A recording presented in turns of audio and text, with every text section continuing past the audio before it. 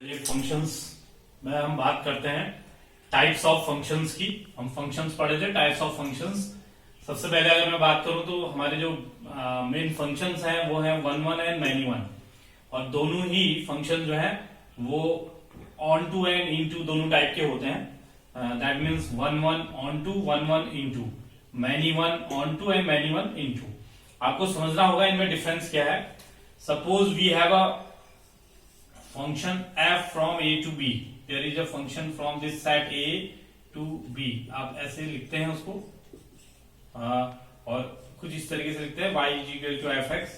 आपको पता है here y belongs to this b and x belongs to this a, and in this function there are some elements like this a b c d, and there are some p q r s t like this.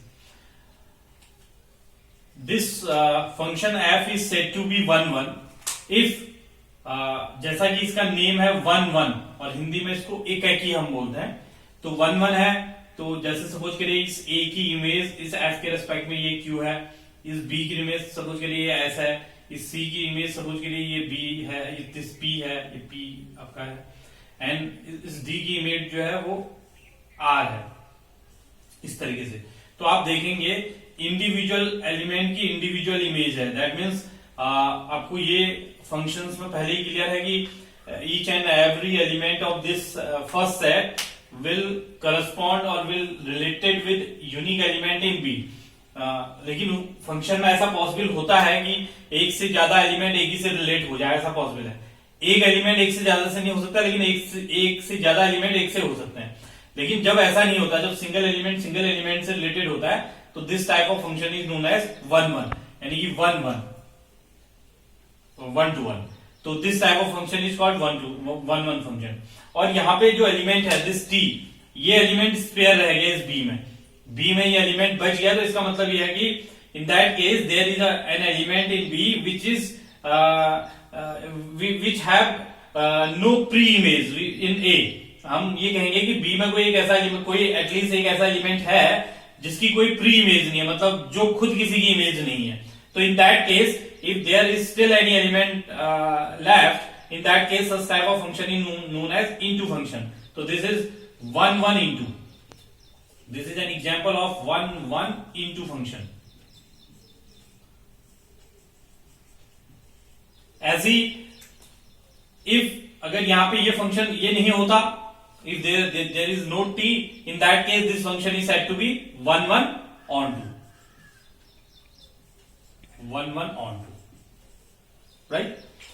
अब इसको कैसे आप questions में कैसे apply करेंगे वो मैं आपको बताना चाहूंगा। Suppose we have a function fx equal to some 2x plus 3, और जो फंक्शन है f that is from r to r, real numbers के सेट से रियल नंबर्स के सेट में है। हमें ये चेक करना है कि ये फंक्शन वन वन है कि नहीं है। तो what we will do, we will take some x belonging to some x1 x2 belonging to r। हमने ये मान लिया कि, या आप ये भी कह सकते हैं a to b भी कह सकते हैं, यहाँ पे r to r हमने ले लिया। तो फॉर दिस r, इस r को बिलोंग कर रहा है, और कंडीशन हमने ले ली कि fx1 equal to fx2। That means what I want to say कि यहाँ कोई दो x1 x2 एलिमेंट हैं जिनकी इमेजेस यहाँ पे fx1 और fx2 हैं, और वो दोनों सेम है, मतलब हम दो एलिमेंट की इमेज सेम लेके चल रहे हैं, तो फिर ये वन वन नहीं होगा ना। तो अब यहाँ पे अगर हम ये दिखा दें कि x1 and x2 both are same, in that case that means there will be no such element, different elements whose images will be same. तो fx1 इक्वल टू fx2 से आपको मिलेगा 2x1 plus 3 equal to 2x2 plus 3। अगर इसको हम simplify करें, 3 से 3 cancel, 2 से 2 cancel, x1 equal to x2। तो that means if fx1 equal to fx2, अगर हम ऐसा ले रहे हैं कि यहाँ कोई दो एलिमेंट की इमेज सेम है, तो ये बताता है कि x1 इक्वल टू x2, मतलब वो एलिमेंट भी सेम है।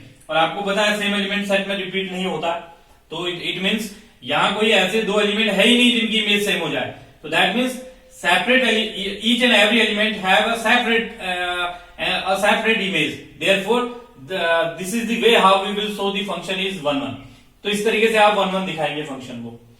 जहां तक बात है ऑन टू दिखाने की बात है, तो अब हमने कहा कि यहाँ पे कोई भी ऐसा एलिमेंट नहीं है जो कि किसी की इमेज ना हो, तभी फंक्शन ऑन टू फंक्शन होगा। तो ऐसे केस में हम क्या करेंगे, we will take this y is equal to 2x plus 3, reverse करेंगे y minus 3 equal to 2x, तो x equal to y minus 3/2। अब हम ये देख लेंगे कि क्या y की कोई ऐसी वैल्यू है जिसपे x डिफाइन नहीं हो पा रहा है। तो अगर कोई ऐसी वैल्यू y की यहां होगी जिसपे x डिफाइन नहीं होगा, तो इसका मीनिंग यही हुआ कि वो y किसी की इमेज नहीं हो सकता। अगर कोई भी ऐसी वैल्यू y की नहीं है जिसके लिए x डिफाइन ना हो पाए, तो in that case that function will be onto. तो आपको केवल ये चेक करना है कि जो इसका y क्योंकि इसको बिलोंग कर रहा है, तो इस सेट के अंदर कोई ऐसी वैल्यू तो नहीं है जो जिसके लिए x डिफाइन नहीं हो पाए। तो अगर ऐसा पॉसिबल है तो in that case there will the function will be into, otherwise it will be onto, तो ऑन टू हो जाएगा।